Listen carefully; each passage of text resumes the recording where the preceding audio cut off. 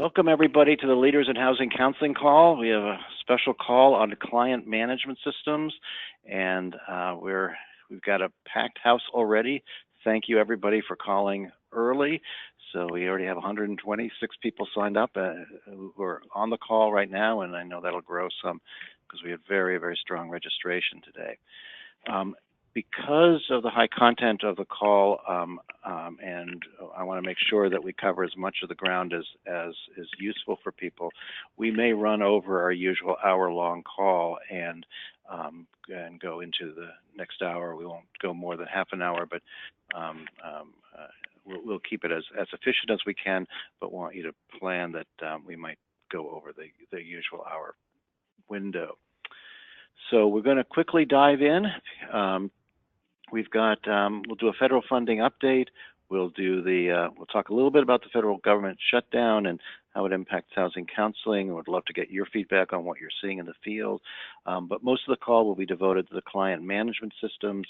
We have an update from our friends at NeighborWorks America and what their plans are. We're going to spend a fair amount of time with David Young from Housing Action Illinois about their comprehensive review of client management systems, where it is now and what their plans are to make this useful to you and important as quickly as possible, because we know people are under some real pressure to make decisions. And then we'll get some evaluation feedback about how to make these decisions, what you should be evaluating from Jason Zavala from Mitigate, who's many of you know, is a consultant and trainer, and we'll also get Gabe Del Rio, who has long been in our industry in a number of capacities and has some thoughts about how to maximize the use of CMSs in ways that are beyond the usual recording and reporting. And we'll do a quick plug on NHRC membership, and really thanks. We had a rush of new members come in, as well as renewals right at the end of the year. It's just a delight. It used to be December was the month we didn't get very much response, and many of you have stepped up, and we really, really appreciate that. We'll talk a tiny bit more about that at the end of the call. And then finally, our next call on January 24th, and we'll have the people from Launchpad presenting there. So with that note, let's quickly go over to the federal funding update. Melody, what have we got? Thank you so much, Bruce. So, hello everyone, Happy New Year. I'm sure everyone has been glued to their TV and phones about this federal government shutdown. By Friday, it will be officially the longest federal government shutdown in history. The previous one was in 1996. So we've been keeping a close eye on it. On January 3rd, the first day of the new Congress, 116th Congress, the Democratic-led House passed a spending package that included funding for HUD. Unfortunately, Senate Majority Leader Mitch McConnell has yet to bring the bill to a vote due to President Trump's promise to veto any spending package that's presented to him. So, of course, lawmakers in the White House are continuing negotiations to end the shutdown. House Democrats announced this week that they're planning to vote on each spending bill included in the House package individually. They just on Wednesday actually passed the bill to reopen the Treasury and IRS and Small Business Administration, among other federal agencies. And I just got word that they're scheduled to vote this week on HR 267, which is the individual spending bill that covers HUD. So we'll be keeping an eye on that to see if it passes and if it goes anywhere in the Senate.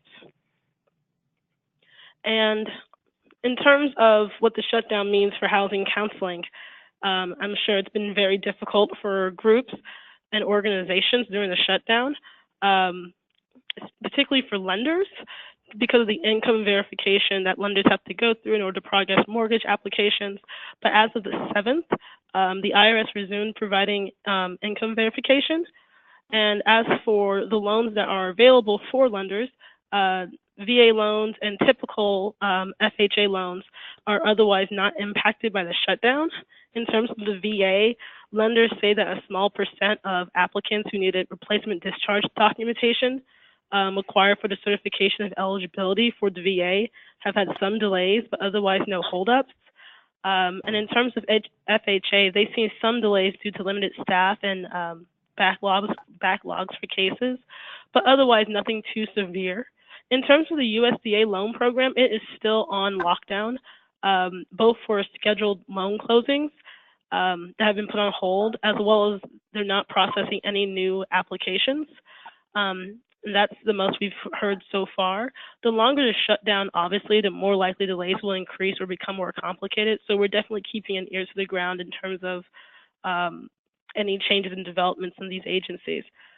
Regarding HUD during the shutdown, they published in December a contingency plan outlining which operations for their programs would continue or be on hold. And just to go briefly through some of the things that the Office of Housing Counseling that we read would be on hold, things such as they will not have staff on board and will not process requested drawdown grant funds from the line of control credit system. The housing counseling system will be operational on a limited basis, as well as the housing counseling examination will also be operational on a limited basis, and so forth. However, we've heard conflicting reports as to which aspects of housing counseling program are actually operational and which aren't. So please, let us know what your individual experiences have been since the shutdown. Email me at mimoh@hsgcenter.org, as you can see on the screen, with your individual program experiences. And also, just as a note, not just what's been going on with the shutdown, but also your victories as well. If you've had any, great case studies or strategies that have been very beneficial for your program, let us know that as well as we ramp up our work with Congress and particularly the THUD subcommittee and appropriations, both in the House and Senate. We want to be able to inform your lawmakers about what you're doing and the value that you bring to the field in your communities. So just definitely keep us in the loop of what you're doing in your programs. And I'm going to turn it over back to Bruce. Good, and we will have more about the appropriations process on the next call. And Melody's doing some terrific work here that will lay the groundwork, and we'll be calling on you to talk to help us address the kind of funding issues and policy issues that we normally work on. So thanks a lot for that. And I think one question that we had was whether the HCS reporting system was up and running. The contingency plan seemed to say that it wasn't going to be. We had heard that it was going to stay up, and as long as it worked, so it'd be great to hear from you about whether that's happened or not. And I think what a lot of people are aware of is that while in the last round of grant payments that they were able to move contract and grants for individual housing counseling agencies, but for intermediaries, that process was more complicated. And my understanding is that the funds did not slow down before the furlough happened, the shutdown happened. And of course, that means everything has stopped there as well, so that intermediaries did not get their funding for the past year. Okay, so, and please shoot Melody emails with updates that you know what you're experiencing in the field. Good. With that note, that difficult note, sorry about that, we are going to move quickly to the client management systems, and we understand that this is a pivotal moment for organizations.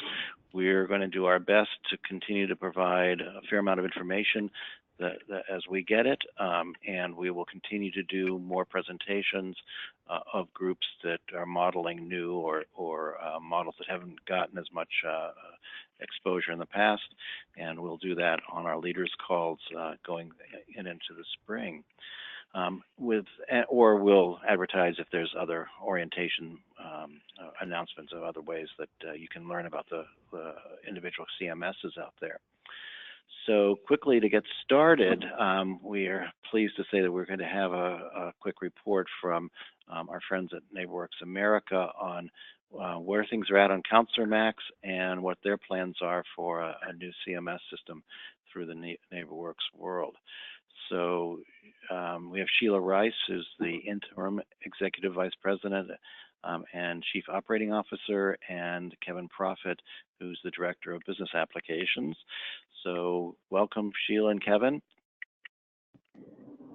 Thank you very much, Bruce. I really appreciate it, and really want to call out and thank NHRC for their leadership in this space. I think it's really important, and I especially wanted to note that you did a very quick turnaround with a message about CMAX last week, and we appreciate that kind of collaboration and cooperation.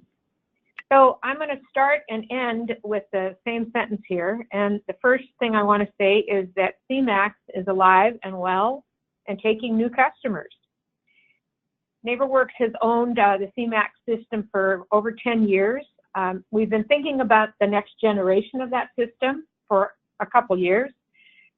4 years ago, we started something within the network called the Sustainable Homeownership Program, since been renamed the Sustainable Business Initiative.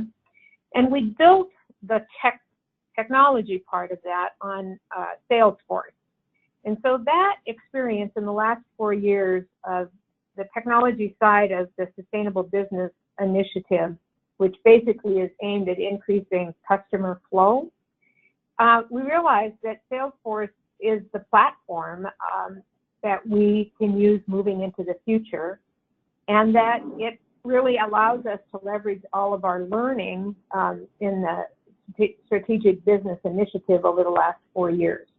This is a very large endeavor to decide to build a CMS system, and because of that, it took board approval. We did receive that board approval in December, so now we're working on the way we move forward as quickly and efficiently as possible, at the same time making sure that the product we deliver to the industry works as well as it possibly can.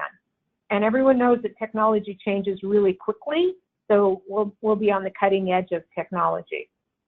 So we are in the moving forward on the CMAX, the customer management system that we'll be working on. I can't promise you a timeline. I can only promise you that NeighborWorks has this at a very high priority.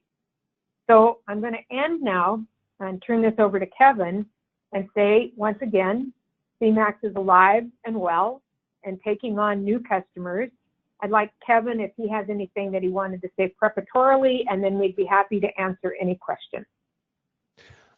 Thank you very much, Sheila. No, you've done a great introduction of where we are and where we are headed.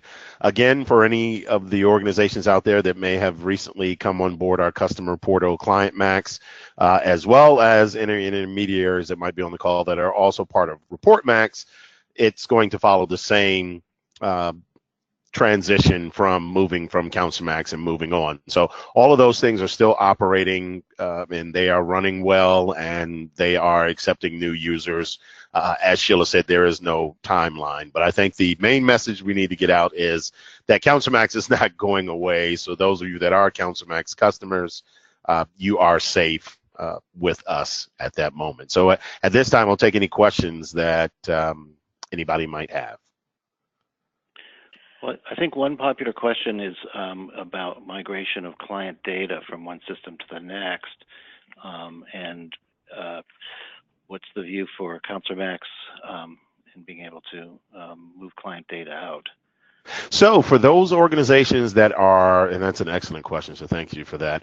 For those organizations that are leaving Councilor Max, there are some customary exports that have been written into. We program those in to Councilor Max, and so it's just a matter of contacting Councilor Max.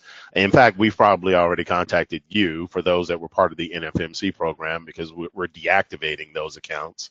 But if you are leaving Councilor Max, moving to something else, then certainly let us know and we can turn on that export feature for you. It's basic exports of the data, that you have put into Councilor Max, and you can simply export it and move it to whatever else you'd like to use. For those that are, it's more complicated data sets that you want to get, that's on a case-by-case basis, and that is by fee. So that's fee-based, based on what we need to do, what you need to get out of Councilor Max. So again, that is contacting us and letting us know what that would look like. For everybody else that will continue to be a Councilor Max customer and move to the new system that NeighborWorks would purchase, then we are going to migrate that data from our system, from one system to the next, because obviously we control both systems at that point. This is Melody. So we have questions flooding in. I'm going to try and work through these. Question from Mike Walker. Are you required to have Salesforce in order to use a new version of Councilor Max? In order to use the new version of Councilor Max, it will absolutely be on the Salesforce platform, but it will be one system. So you won't have to order it from, you won't have to get on Salesforce and then order the next generation of what we create there. It'll all be one contained system. Thank you. What is the cost to subscribe to Councilor Max?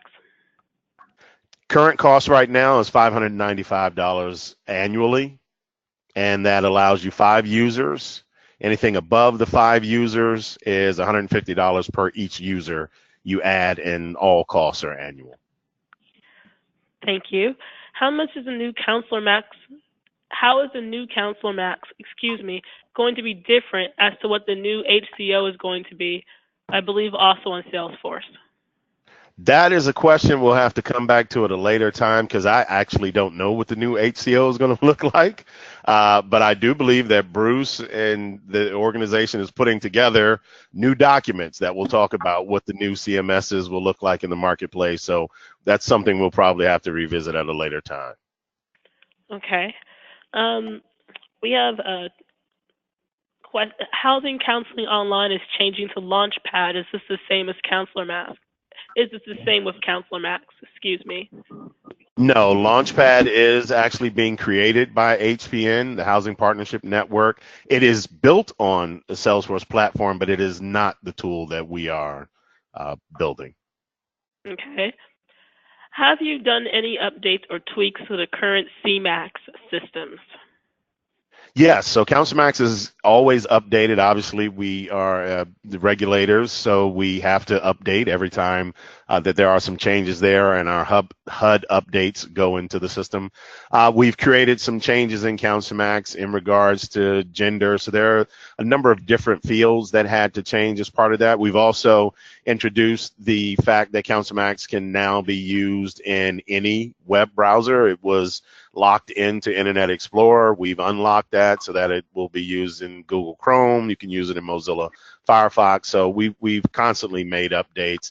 And as part of that, we've also introduced a new customer-facing portal that's part of Councilor Max, which is called Client Max.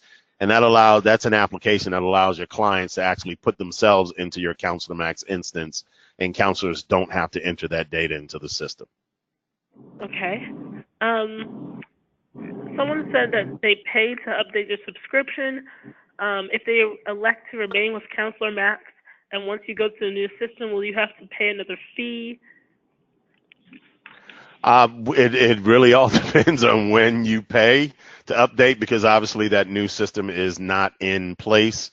And so you might only have just paid for your use of Councilor Max, not into a new system. So we'd have to look at that. Okay. What is the cost of migrating data from HCO to Councilor Max?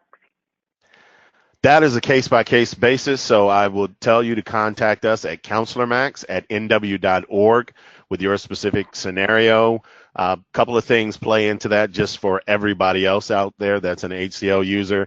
It depends on what you were able to get out of HCO, what that data looks like, the format that it's in, because all of those things, if we have to reformat your data, all of those things become part of our time. But just to let you know that is also a fee-based activity for the import. Okay, and these fees, are they annual or monthly? Migration fees are that one time. It's just to move your data. I see, but for Councilor Max overall, that's a monthly fee? Councilor Max the subscription is an annual fee. We don't do anything by the month. Okay. Can counselors work on older files without having to request legacy? Not quite sure what they mean by that particular one. Legacy is in the system. Legacy is designed for you. You're leaving one system to come into CouncilMax because CouncilMax always operates in real time. So that is the purpose of legacy. Your files are always in CouncilMax, so I'm not sure what you mean by work on old files because you always have access to old files, whether legacy is on or not. Okay. Could you provide a phone number to reach, a phone number for those to contact you? Yeah. Well, that's a good question. It's So why don't we circulate that as a follow-up email? Okay. There'll be a follow-up email, and that kind of stuff is the easiest is for us to do, put it out as an email. So just shoot Melody or me that information, and we'll go from there. Okay. That sounds great. We still have tons of questions coming in. Let me see. Are you considering any updates to automatically record snapshots? For example, credit and asset snapshots. Yeah, no, that's an excellent question, and that is something that would be part of the new tool, and so that is not high on the list of things to put into CouncilMax at this time. So, let me actually, so we have a lot more of ground we need to cover on this call. So let's take a look at what the remaining questions are and figure out whether it's worth having a later leaders call on some of these more specific questions or some other forum. But let's tackle that. I'm concerned that we've got a lot of ground to cover on about what the future looks like. So, yeah, I didn't expect this many questions. Popular topic, important topic. So Bruce, if I could. Yeah. Bruce, if I could just offer this, that if you wanted to compile those questions or if people wanted to send their question to counselormax@nw.org, we would be happy to kind of create an FAQ from today and send that back out to you so you can distribute it to the group. If that's a helpful thing, we're more than willing to do that. That would be great. That would be really helpful. Thank you. Cool. And could you repeat the email, Sheila, so that? It's counselormax@nw.org. Great, thank you. Good, excellent. Well, thank you, Kevin. Thank you, Sheila. We will go from there. We're going to quickly pivot now to David Young, and David's a familiar voice on our calls and is heading up our technology initiative, but also a key player at Housing Action Illinois, and a couple years ago pulled together a very valuable guide to CMSs and is now working on a new one, which we're going to be able to spend a little bit of time on what they've learned so far and what we can expect. So David, very much welcome on a very important topic. You're our man of the hour right now. Thank you, Bruce. It's a pleasure to be here, and thank you for coordinating these calls. I am certainly aware, not only as a participant in these calls, but also as the manager of an intermediary, the concern that organizations have about looking at client management systems. So we're glad in a small way to be able to play a part in providing more information to people so that they can make the best decisions on behalf of their organizations. So, with that, I did forward a very simple presentation, and I will just talk about what we've done, what we know, and how things are going to happen.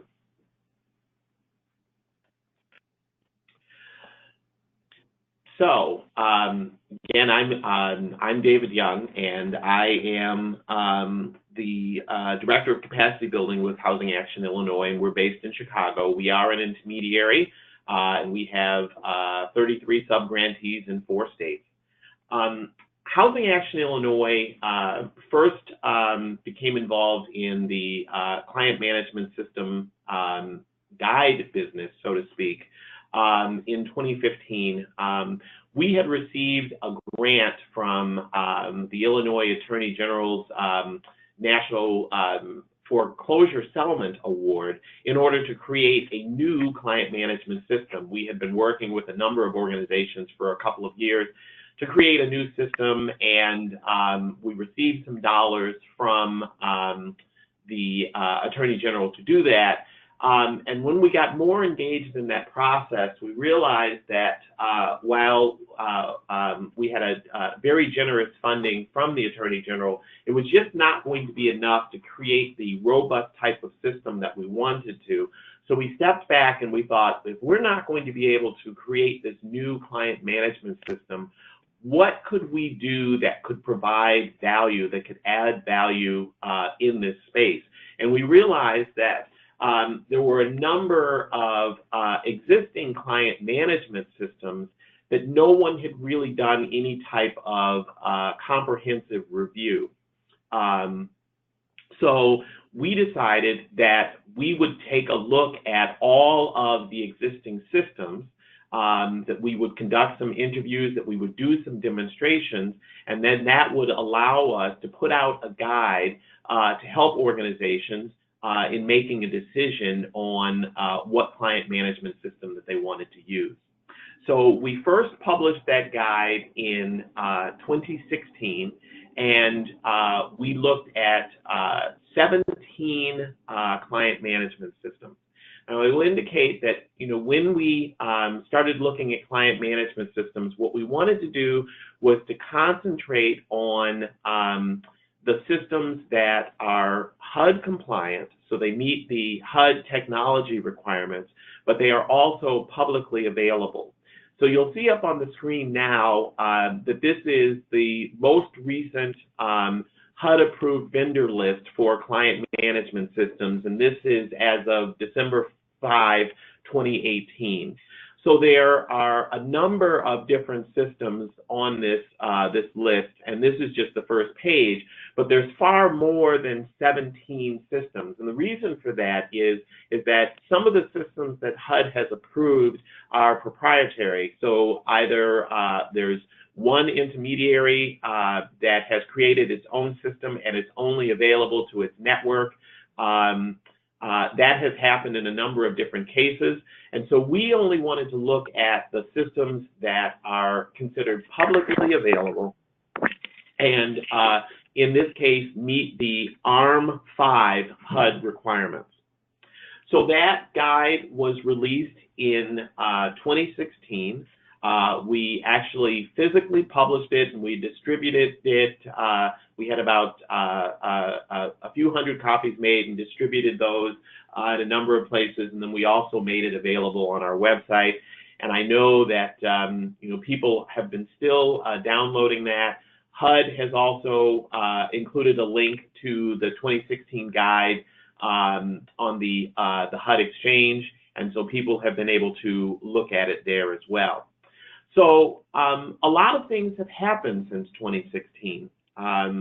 There have been new client management systems that have been launched, and we've had a number of different organizations that have reached out to us and said, we've created a new client management system, how do we get into the book? So we indicated to folks that we would be doing a new book soon, and we would, once we were in the position to do that, we would give them that information. Another thing that happened, which of course is the biggest thing, is the eventual sunsetting of HCO. With HCO disappearing, that means that a lot of organizations that have been dependent on that client management system for a number of years will need to look for a new system. So we wanted to make sure that we could update a guide that would provide people with useful information as they are looking to make a decision on what client management system they're going to use going forward. So there's a page up about HUD-approved client management systems, and we'll leave that up for a few minutes. I'm going to talk about the process that we use to actually put together the 2016 and the 2019 guide. So we first start with reaching out to those publicly available developers of client management systems that meet the ARM5, the HUD ARM5 compliance. And we provide them with a questionnaire and ask them to complete that questionnaire. And it has, lots of different questions that I'll get into in a few minutes. And then once we have gotten that questionnaire completed, we schedule a product demonstration / interview, because we actually want the developer to show us the system. We want to see the screens. We want to see how you enter clients. We want to see how the reports are issued, or if we want to create a custom report, how you can do that. We really want to understand as much as possible how that system works, so that we can then provide that information to you, the user of this guide. And here at Housing Action Illinois, our capacity building team is made up of mainly folks that started their careers and spent the majority of their careers as housing counselors. And so they have years of experience of working with HCO and other client management systems. And so when they are designing questions for these questionnaires, or they're doing the interviews and demonstrations with these developers, they know the questions to ask. They understand what housing counseling organizations are looking for, and are going to ask those questions and advocate on behalf of the industry. So again, we have a questionnaire that we send out, and we ask a lot of questions of the vendors or the developers, including what is the cost of the system going to be? What type of platform is being used? So is it a Salesforce platform, or is it Microsoft Dynamics 365, or is it some type of other platform? We want to understand the support. What kind of IT support will be there? What's the setup process? How do you migrate data? We want to understand how many agencies are currently using the system. We would like to know, features for the one-on-one and group counseling. What do the client interfaces look like? Can the client actually interface with that system? So, for example, if you have a client that is signing up for a pre-purchase class, can they enter information into the system that then coordinates with your activities, as opposed to a housing counselor having to keystroke all of that information in? We ask about what kind of reports are created, what types of customization can be done. How does the workflow process? Are the systems MISMO compliant, which is the Mortgage Industry Standards Management Organization? Are these systems looking towards better communication with mortgage processing systems, so that we have a better understanding and better workflows in that process? And of course, data storage. Where is data stored? Is it stored in the cloud? Is it stored on a local server? How does that work, and how do people access that? So then, once we David, yes. David, can I just jump in for a second? So I Sure. just sent to everybody on the list your deck, and also one that Gabe Del Rio has for later in the call, so that people now have the slides that you're talking to, and they can pull it up on their desk. Okay, very good. So we also then, once we've had those questionnaires back, we do the interview and the demo. And as I talked about earlier, that's really where we look to have the developer walk us through the system.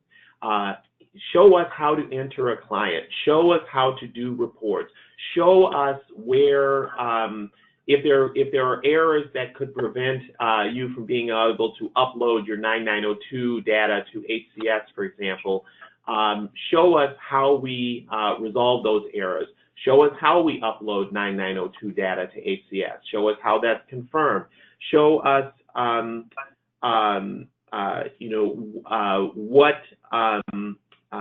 was one other thought that I had that just slipped my mind. But also, we ask a lot of questions about, individual users.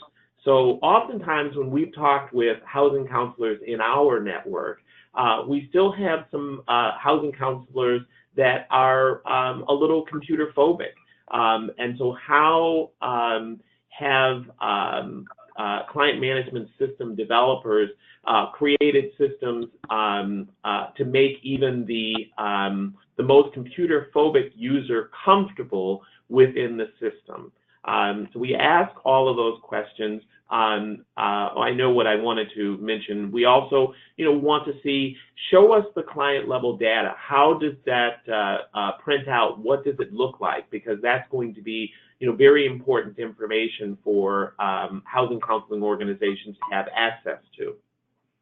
So we do all of that, and then we put all of those things together and look to send that information, put that into the guide. So let me just talk for a second about where there are some differences between the 2016 guide and the 2019 guide. As I mentioned earlier, the 2016 guide was, we had a physical document, and then we also made it available online. So for 2019, the document, the guide is only going to be published online. So once it's released, it will be available online only, which will make it easier for us to make updates and running changes as we need to. So it'll be a lot easier, for example, if a new client management system is developed and we want to add it to the system or add it to the guide, it will be much easier for us to do that than it is currently. We are also going to add a comparison chart. By doing this online, it allows us a little bit more flexibility in what we're doing. And so we're going to add a comparison chart. So you'll see, as it is in 2016, an individual list for each of the client management systems that we have reviewed, but then you will also see a comparison chart that will have all the information together so that you can see that at a glance, and hopefully that will help you to do a better job of comparison and contrast. We're going to look to add screenshots. And again, because we're doing this online, it'll be a lot easier to do. So we can include, for example, the main screen for each of the client management systems into the guide. So that way, when a person is looking at the guide, if they haven't had a chance to see that system yet, at least they know what that opening screen would be like, or maybe one of the other screens. And then that way, based on what that screen looks like, it might intrigue them enough to say, yes, I want to reach out and learn more, or you might say, no, I don't like the way that looks, and I'm going to look at something else. We are also going to include a user checklist with some handy ideas or some tips that you should keep in mind when you're looking at new systems. Some things that you should think about that you could use this, that this checklist should help with. So you see currently there is a list of HUD-approved client management systems up on the screen. We reached out to 20 HUD-compliant systems that were publicly available. And so these are all of the systems that we reached out to. If you go to the next screen, you can see all of the next slide, you'll see in red are all of the organizations that we heard back from. And so I believe that that is 12 organizations. So at this point, we expect that we will be reviewing 12 client management systems in the new guide, because those are the ones that we heard from that filled out our questionnaire, and we have been able to do the demonstration with. David, so if somebody is with one of the systems that's not in red, that's in black or dark gray, and they wanted to, is it too late, or can they do what they need to do to get on into your system? Well, I think that if there's an organization that is in the that has not reached out to us yet, they really need to do that as soon as possible, because we would like to get this out to folks as soon as possible, and we are running out of time in terms of being able to do the interviews and demonstrations in order to be able to get this this HUD CMS guide out in a timely fashion. So I would say if people want to be engaged in that process, if they want to do that interview, then they really need to be in touch with us as soon as possible. So on the next page, the next slide, we do have some questions regarding the, we have some of the CMS pricing. Again, we are going to have a lot more in our guide than what is presented here. So we will have information about how the system looks, how the system works, what you can do.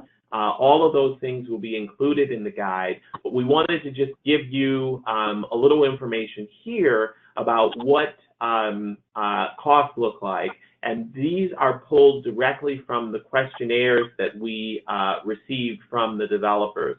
So you'll see, for example, with Councilor Max, I believe that exactly what Kevin mentioned as a cost is exactly what we show here. You'll see that a couple of the systems will say, for example, call us for a quote. And that's because they have surveys that they are asking for clients to complete, which helps them to create a more personalized system and more personalized pricing for that organization. So don't necessarily look at the fact that it says call for a quote or price determined after a client completes the survey as a detraction. It just means that these organizations they want to make sure that they know your system or what your needs are as well as possible, so that they can provide you with the right quote. So what this guide is again, it's designed to provide you with more information as you are looking to make a change in terms of a client management system. So it is not designed to tell you which system is best, which system is worse. We are not in the business of doing that. Our goal is to make sure that you have as much information as possible so that you can make an informed decision. Oftentimes, the analogy that I use about this book is similar to when someone is thinking about buying a car. The car salesperson's job is not to know everything about the car that salesperson is selling you. Their job is to sell you a car. As the consumer, your job is to know as much as you can about that vehicle so that you can then get the best price for you. So that is the same guidance that we use in creating this book, is to arm housing counseling organizations with as much knowledge as possible so that you can ask the right questions and make the right decision based on your organization. So This guide is not designed to tell you this is the best system or this is the worst system. This guide is not designed to tell you what you should buy. But what this guide can do is it can provide you with a lot more information than what you currently have, but it can also tell you, if your housing counseling organization does housing counseling only, maybe this is a system that could work well for you. If your housing counseling organization also does, we have some community action agencies, for example, that have housing counseling as their suite of services. So if there's an organization like that, then there might be one or two systems that would work well, and we will identify those. But again, we're not using this guide. We didn't use it in 2016. We're not using it in 2019 to say, this is what you should buy. This is the best system for you. We want to make sure that we arm you with knowledge so that you can make the best decision on behalf of your organization. So our goal is to release the updated guide in February. We have, at this point, finished all of the interviews of the organizations that have contacted us. We have the questionnaires. We are working with our marketing and communications team to format this document so that we can launch it online in February. We will be, once this document comes out, we will be more than happy to come back and talk again about how the document looks, how it's formatted. But when talking to Bruce a couple of weeks ago, we thought it'd be a good idea just to give you some information about what's coming, so that people know that there are entities that are working to make sure you have the information that you need so that you can make the best decision on behalf of your organization. So I don't know, because if there's time for me to take any calls, but Bruce, any questions, but Bruce certainly has my contact information, and I'd be more than happy to talk with organizations that do contact me. 3 thoughts that I want to leave you with before I finish up, and that is, as you are looking at a client management system, whether you do this before you read the guide or after you read the guide, make sure that you get a demo from the developer of the client management system that you're interested in. I can't tell you enough how important it is to be able to walk through the system and see how it functions. Talk to other users. One of the features that will be in the guide is how many other organizations are using this client management system. So the developer, you should be able to ask the developer what other users or who else is subscribing to the system that I might know of, and is it okay for me to contact them to find out how that system is working. It's really important to to use this opportunity to communicate with other folks that are using the system and understand what their experiences will be or have been, because it will help you as you are looking to make that decision. And then finally, there are a number of organizations like Housing Action Illinois, for example, as I said at the top of this call. We have, as an intermediary, a number of sub-grantees, and so we could certainly look at a new system on behalf of Housing Action Illinois and all of its sub-grantees. So when you are talking with a developer, you shouldn't be afraid to ask to negotiate in terms of the pricing, because if you have a number of users that you're bringing in, if you have a number of organizations that you're working with, the cost of subscribing to a client management system could have an impact on your budget. So you want to make sure that it's going to be something that's going to work very well for you and fit in your budget, and you shouldn't be afraid to ask to negotiate in terms of the pricing. So again, I appreciate the opportunity from NHRC to talk a little bit about what we're doing in terms of the guide. I hope the information that I have shared today will be helpful. Bruce or Melody will distribute my contact information at the end of this call, and I will be happy to communicate with folks now or in the next couple of weeks after the guide comes out officially. So thanks, Bruce, and thanks, Melody. Great. We'll be totally looking forward to it, and the instant that it's up online, we will broadcast this through our system and alert people. So, Melody, do we have questions? We have a lot of questions. I know okay. we're tracking time, so I just ask everyone to continue sending us your questions. We will keep all the questions and distribute them to the speakers after this webinar, or send me your questions to my email. Again, it's mimoh@hsgcenter.org if your question goes into more detail. Do you want to pull out a few quick questions? We've got a bit of time here. Sure. One question came in and said, how long do we have to make a decision about the new CMS, price variations, mitigation, HCO data change in price depending on timing?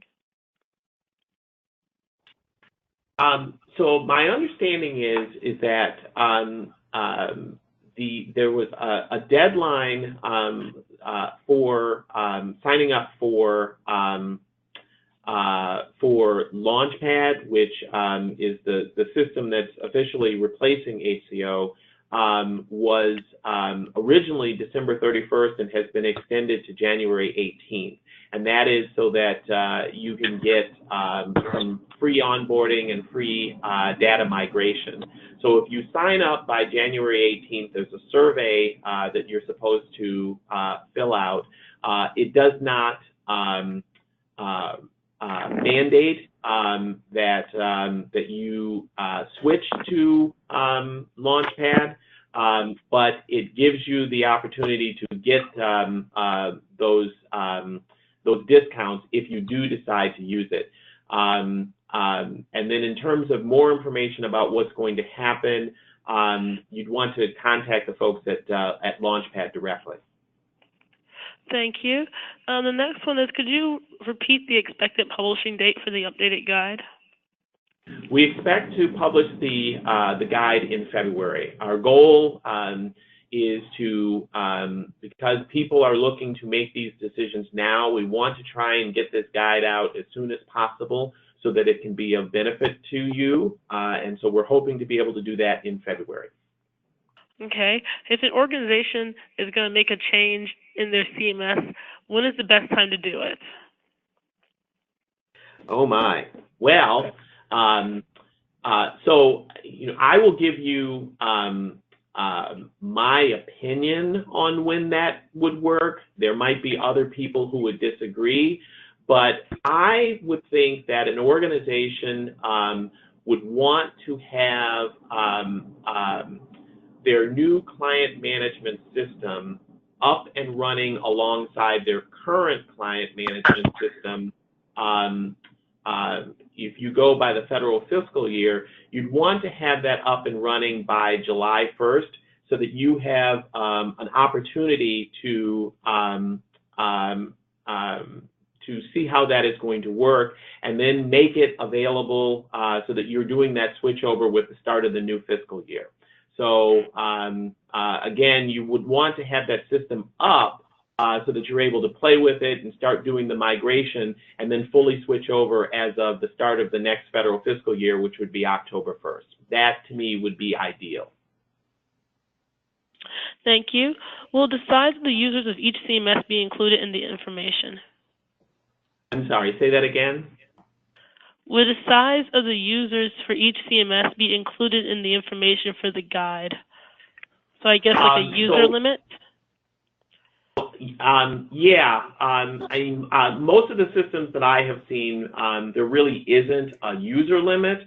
What I will tell you is that we do ask in terms of pricing is if there is a difference in pricing based on a small group or a large group. So say if you are a housing counseling organization that has 4 users or you're a housing counseling organization that has 40 users, there's certainly going to be a bit of a difference in cost, and so we like to spell that out as part of the process. Thank you. Is there a cost to access the guide? No, there's no cost to access the guide. Thank you. Can you tell us how many users are actively using each system to get an idea of market share and interest? That is one of the questions that we asked as part of the questionnaire. And so we will include that in the document, letting you know for each system that we evaluated how many people are using that. But that, again, is based on what the developer provided to us. So there might be, for example, if the developer answered the question for us in November of 2018, the number might be a little bit different because they might have had some new subscribers since they answered that original questionnaire. Those are the bulk of our questions. Thank you. Okay, good. All right. So thank you, David. We're very eager to when you will have the piece up and running. We will be glad to do that. We'll circulate your contact information along with, we had also promised to circulate Kevin Profits from NeighborWorks America, and we'll do that as well. So let's pivot quickly to Jason Zavala. And I hope I pronounced your name right. I realize I just hesitated here, but Jason's been in our field for a long time as a consultant and trainer, and has worked with intermediaries, local organizations, lots of deep experience in our world. And we invited him in really to give some thoughts about what groups should be looking at in terms of evaluating CMSs and how to decide. So Jason, are you with us? Yes. Can you hear me, Bruce? Yes, very well. Excellent. Well, thank you very much. I'll take Zavala or Zavala or whatever the flavor dictates for the day. I'm actually going to try Bruce Dorpelin then.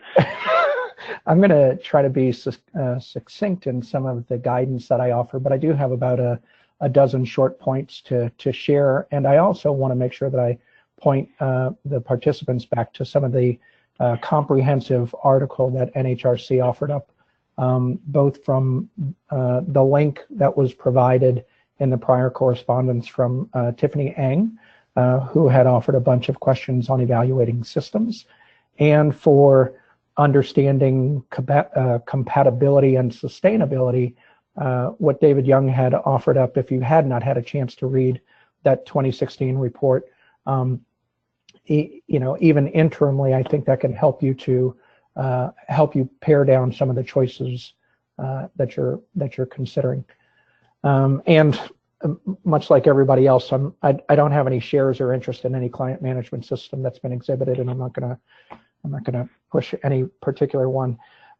David was focused on evaluating the systems, and in two ways. I think I want to both offer a little bit there, as well as really how agencies should also be evaluating themselves. So to one of the prior questions about when they should be ready or when they should migrate to these other systems, I think it's important to consider when your agency is ready to, so that you're not just bringing staff and a program that isn't necessarily prepared to step into it unless you know that you've got the right pilot or driver at the helm to make sure that you're putting good data in and getting good results out of what you're doing. So a lot of this that I look at comes from having observed managers and counselors and data entry persons in their interface, and I see the anxiety and or the lack of familiarity with the client management system, or not knowing what it can do. And so it's very possible that some of you may just find that you don't have to leave the current system that you're on. It might be a matter of how you're managing it internally to turn the corner into a new and better way of handling what your system can do. And I'd also say that it seems like there's a lot of agencies that have got similar problems. However, even though there are similar problems, invariably, it oftentimes leads to completely different answers.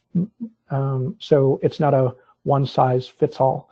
So I think David had already identified early on that we need to make sure that we're looking at our need first, identifying what it is that I want before I actually see what the demo and the features are, so that I don't misprescribe what my need is if I haven't addressed that first.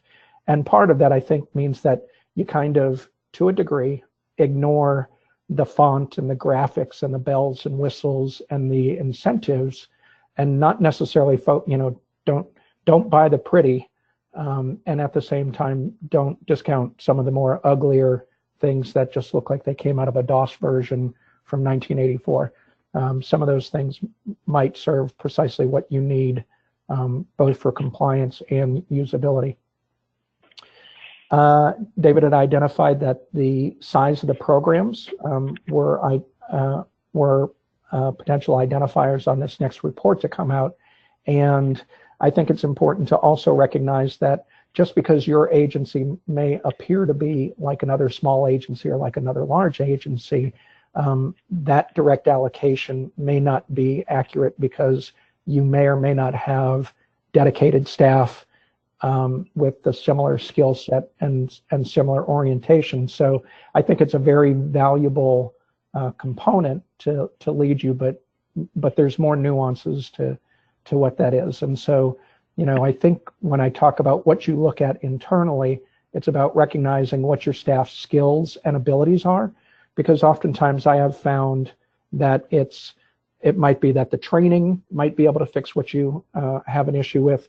It may be the user's proficiency, and that can really ratchet up your costs. And so I know that a lot of us are looking at, well, what's it cost? What's it cost?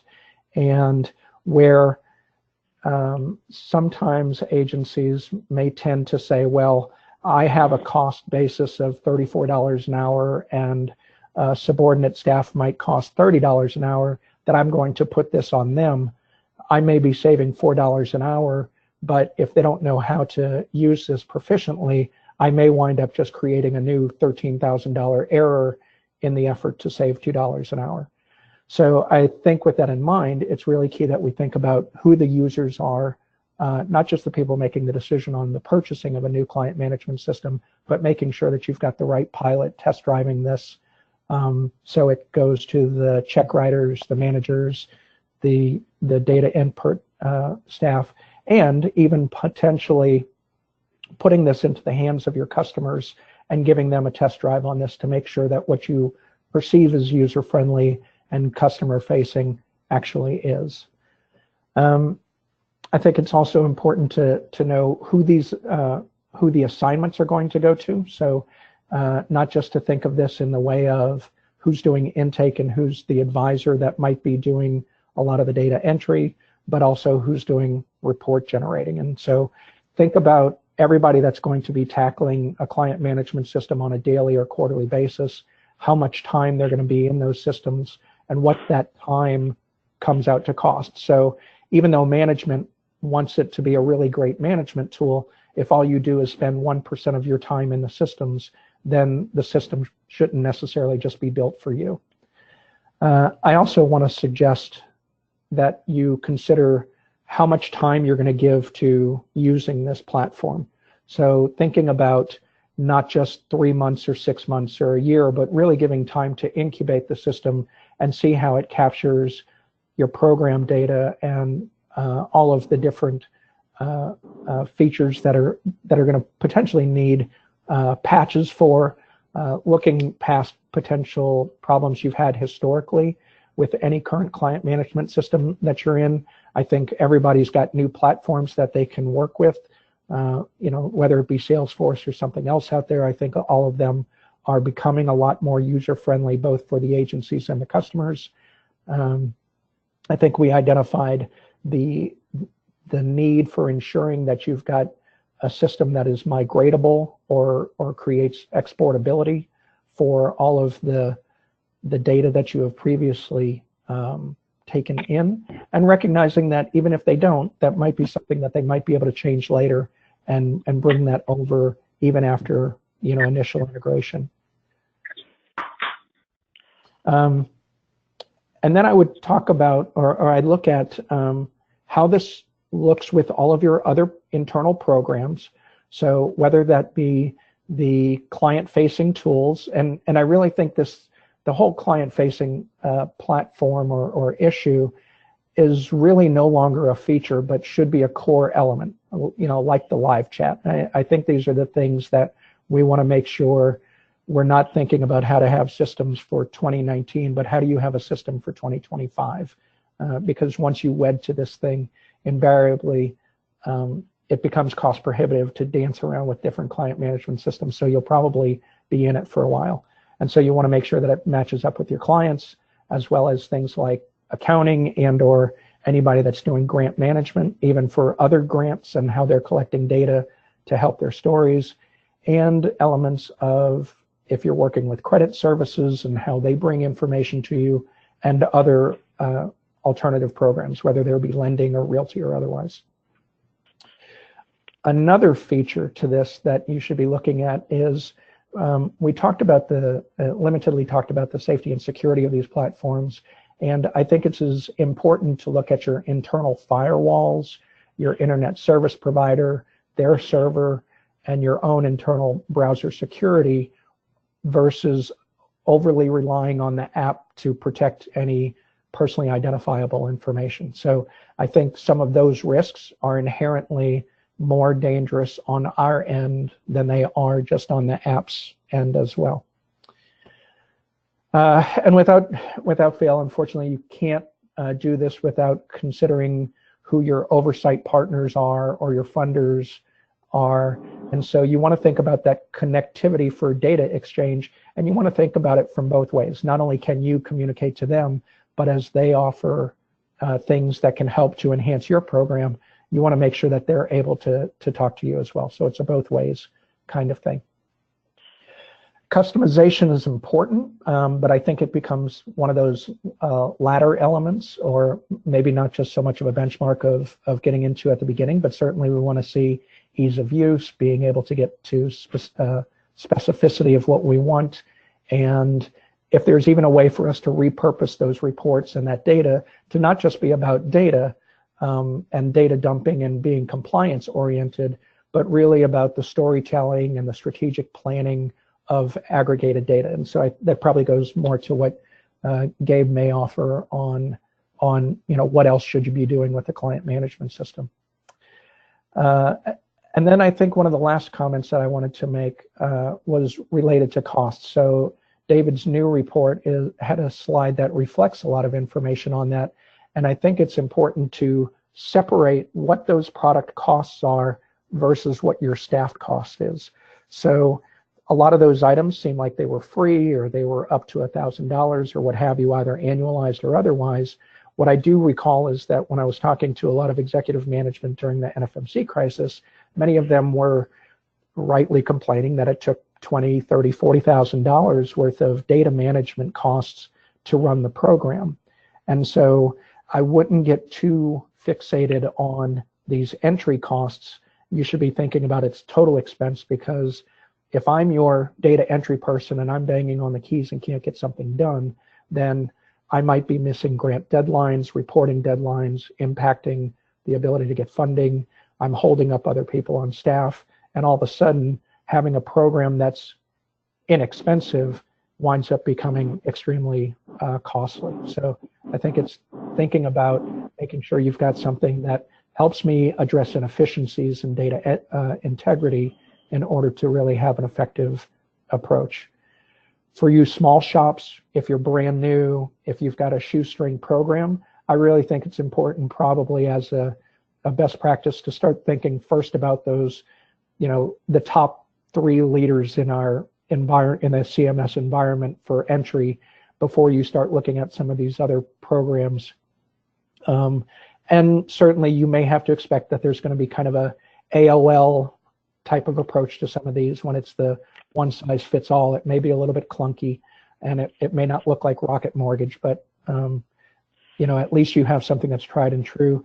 And if you're one of the larger groups that has dedicated staff and expertise in customization and technology bandwidth for expansion for multi-portal accesses like client-facing, then I'd probably recommend that you look at some of the other ones as well.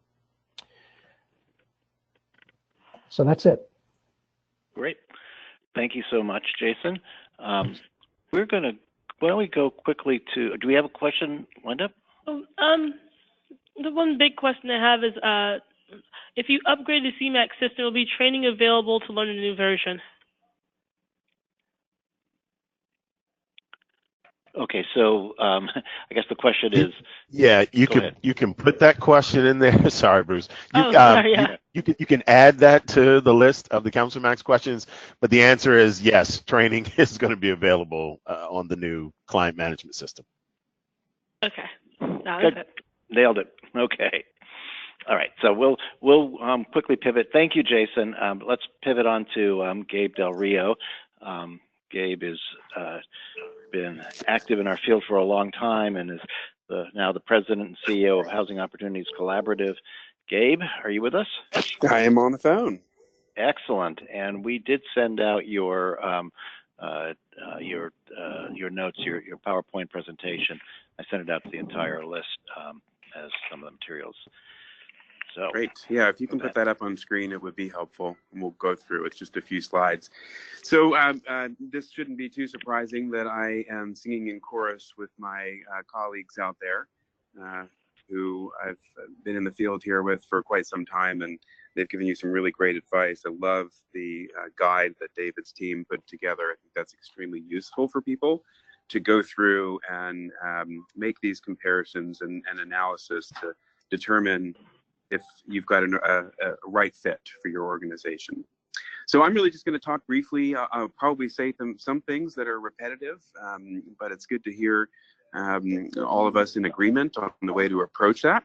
And otherwise, I will be talking to you a little bit about how to think about what else the CMS should be doing.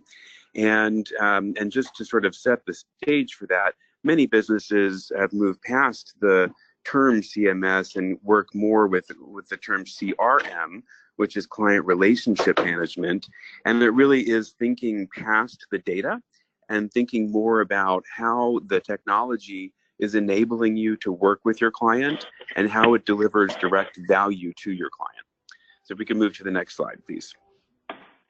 So the biggest mistake that I think we've made in our field in the past with client management systems is that they're primarily used as reporting tools, and you can't drive forward by looking in the rearview mirror. And so if you have found yourself entering data from paper files post providing service, then that's what I'm talking about. And you're not alone, and I've done that myself, and I've been responsible for it as well. But it is not the best practice in using systems to manage services for clients and to manage the relationship that you have with them. So where we've been is not where we want to go, and we've got to take the lesson and the truth of the past and say those things are things we don't want to repeat, and it's okay that we've done them, but it's not where we want to go. And others have said, just on the data management, or the data entry aspect of it, we are burdening ourselves with entering data from paper sources after doing the service. And that's because of the system we're using and the choices we've made. And so let's do our best not to repeat that, and to think about how any system is enhancing the service to your client, how it's making your work more efficient, and how it then also helps you reach more people, which is the marketing aspect, another area that we in our field tend to not be so great at. Let's move to the next slide. So, if you're in a business and you're making a decision about changing systems, you generally would do that by a business systems analyst. So, I recognize that nonprofits are not resourced in that way unless they may be a large shop. But in any event, we must go through that same behavior and that same process, which involves breaking down all of the steps in your delivery of service to a client, determining what your pain points are in those steps, and then charting a course to a place that you can then analyze new systems and say, does the new system get me to the place that I want to be? Does it gain efficiency in each of these steps? Does it make it easier for me or the client? Does it provide valuable feedback or service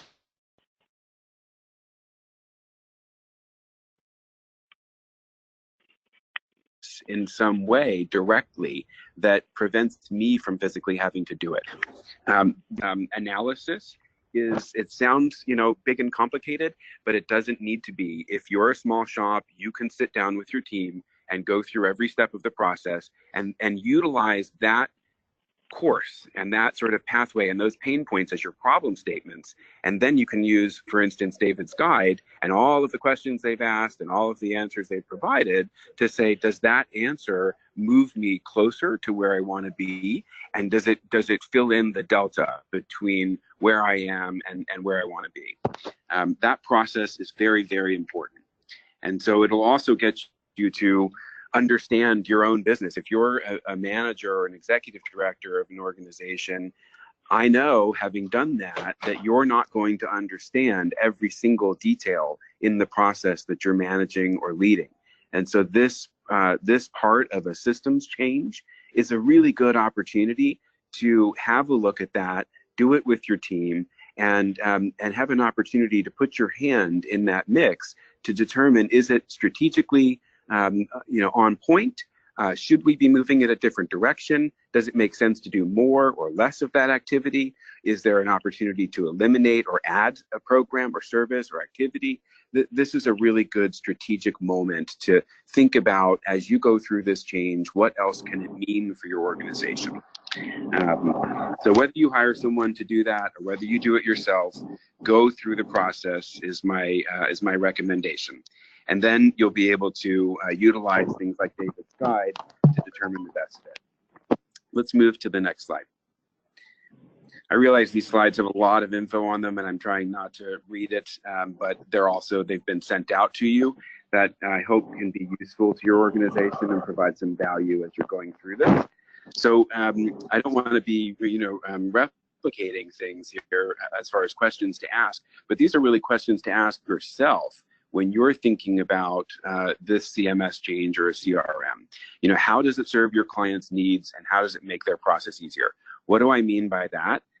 It means, is there any integrated technology that faces the client? Is there any opportunity for that client to enter data? Can you ensure that it's quality data? What steps does that involve to ensure that you're getting, if it's client entered, actual quality and accurate data?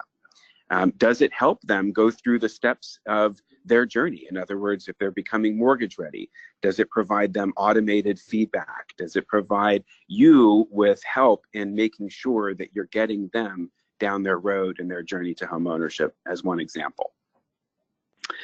Does it help you reach more clients for your specific programs? What I mean by that is, does it integrate with marketing and outreach in any way? And which ways does it? As one major example there, you could think of email marketing campaigns. So does it connect with the email marketing campaign service providers? Will it update your contact list? Will it have automatic click-throughs that folks can respond to on that email and get to a place within your CMS that's going to triage them for service or give them an update on your organization or take them to their next step in the service process? But we've got to think about how can these systems connect with marketing systems, and the most easily attainable marketing system for most organizations have to do with web. So how is this connecting with with email? How is it connecting with Facebook, any other social media advertising? And how does that help manage those campaigns or suck the information in to your CMS so that you're not spending time doing that? How does it reduce data entry and provide better quality data? That goes back to, can the client do some of it? Does it have any third-party data service where it's getting data from a third party and pulling it into your system and ensuring that that's accurate. There are systems that do those things, and those are questions to ask. Those are areas where you're going to gain significant efficiency in your operation, which, the goal of which would be to free up capacity to actually serve more people. Because bottom line, there's not enough of us doing enough of this work, and the need is so much greater. So how does it reduce the steps and the time it takes for the client to receive services? In other words, how is it triaging or routing those services? So often, if you took a phone call and if you looked at your front desk and broke down the process and the business, analyzed the business processes there, what are the calls coming in for? What subject areas? Many of us have done that just in order to create a phone tree. Well, how can this system do something similar? How can people on your website engage with information around your services, get help finding the right service, and then take the first step and have a call to action there where they're actually engaged with the right service, and do all of that very quickly. If many of us, have experienced that in the for-profit world as a customer, and you don't see it as much in the nonprofit world, and we've really got to get there. So how easily can you connect to additional technologies? So whatever system you pick is not going to have every solution for you. So ask the question and see, and I'm sure David's guide includes some of this, what other systems, or how easy is it to connect this system with other service providers? Let me give you an example of Salesforce. Salesforce has an app exchange. In other words, there is an app store within Salesforce that is a set of third-party additional services that do a variety of things, and they plug into Salesforce very easily, and they've already built the data bridge for it. So that's an example of a well-organized system where the main operating system is easily plugging into and working with third-party technologies, and in fact, they've gone so far as to create an app store that shows all of those integrated technologies or your options therein. But many systems have some sort of a bridge, and so asking about that and thinking about what other systems you need to connect to is really important, and that you're going to discover some of that information when you go through your business systems analysis, because that's going to say every system you're using and every step you're taking. So you'll be able to circle back and make sure that whatever new system is able to connect for that. And as folks have said before, you've got to be thinking well into the future, because you don't want to make this change often. So another thing that people overlook, and it doesn't exist with every program choice or every system choice, but how much programming and customization will be needed to make sure that that program meets your organization's specific needs, or that system meets your programmatic needs. If I'll go back to Salesforce as an example, Salesforce is the largest CMS CRM in the world. It also takes significant amount of programming. It comes out of the box with many functions, but you have to have a Salesforce consultant program that system very specifically so that those functions are used in a process that works for you, in a screen flow that works for you, and that is connected with any of your other technologies or data sources or reporting needs. So have a look at that and think about the customization that's going to be needed. Not all systems will even be customizable. So that's a question in and of itself. And I know that's covered in David's guide, but think about what the costs are going to be, what the time, and who the people are that you'll need for that, if you've got that capacity or not. So another sort of thing around the cost there, and it'd be sort of the final thing, if you're customizing these things, how much will that cost, and what are the startup costs in general for any of these systems? So you're going to have a startup cost, and then B, an operating cost. You've got to look at the whole for just the system itself, and then also think about, going back to that business systems analysis, what time are you saving? How did it change your processes? And I think Jason mentioned this. You may have staff, for instance, if you have a whole staff member who's doing data entry and you're able to gain a 50% efficiency in data entry through a new system, you now have saved half of that staff cost. That should be a negative expense put into your analysis of what the total cost of the system is. So it's not just starting it up, and it's not just every year, but it's also operating it. And I hope that you're seeing efficiency gains and savings therein that increase your overall capacity. I think that was it from me. I wanted to at least give you some quick thoughts there, and I wish you luck in this effort. One question that came out earlier about when is it the right time?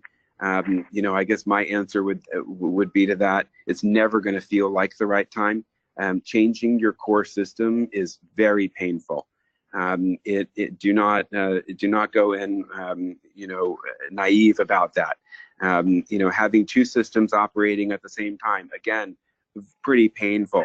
So it's never going to feel good, but it's probably never going to feel like now. But you know, you've got to do it when it strategically makes sense for your organization, when you've got the capacity to do so, and try and, you know, do it as quickly as you can, because it's a bit of a band-aid. And I just want to give you the hard truth that it's not going to be fun. And but you know, your dissatisfaction with your current system needs to be great enough to accomplish that change. And so you know, that also comes out when you do the analysis up front about what you're doing, how you're doing it, and where your pain points are.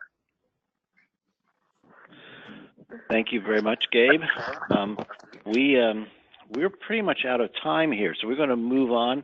We will have a list of questions that we will try to circulate to the presenters to see, I think actually what this makes me think about is that this ought to be an ongoing conversation on the calls, and we will think about. The next call will have our friends from Launchpad on, and we're hoping that this will be a little bit more in-depth dive in on what Launchpad does, and we'll probably save a little bit of time for more follow-up on these questions, and then maybe on future, we'll invite in other CMS providers on future calls, and I think there's some that are talking about doing presentations on their own, and we'll advertise those. The key thing here is that we'll try to keep you informed as one of the resources about what's available out in the field. So thank you for the heavy participation. You know, this is why we have NHRC. Really pleased that we're getting a good response on this. Starting to give us feedback about other things you think would be helpful to report on the call, and you know, consider joining NHRC if you haven't already. We've had a terrific year this past year, and dramatically increased our membership, and we're thrilled with that. We do want to keep rolling and keep growing. We do want to work on those kind of issues that are the cutting edge of our work, and give a place for housing counseling issues and advocacy to happen very specifically around our work.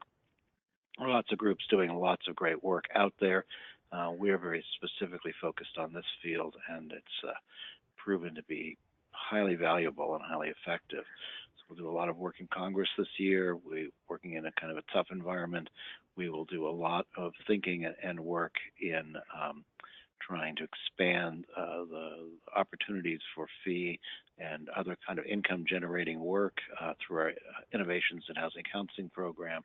And we will also do some direct deep thinking and work on trying to create more home ownership opportunity and figuring out how to get back to having a real home ownership strategy in this country. So a lot of things happening, so please consider joining NHRC. Our next call will be in 2 weeks, and we'll have the people from Launchpad on that call, and we'll also think about if you have some thoughts about how we might continue this conversation on CMSs in general, as well as our advocacy work. So thanks so much, everybody, and thanks for all the good work you're doing out there in the field. Bye.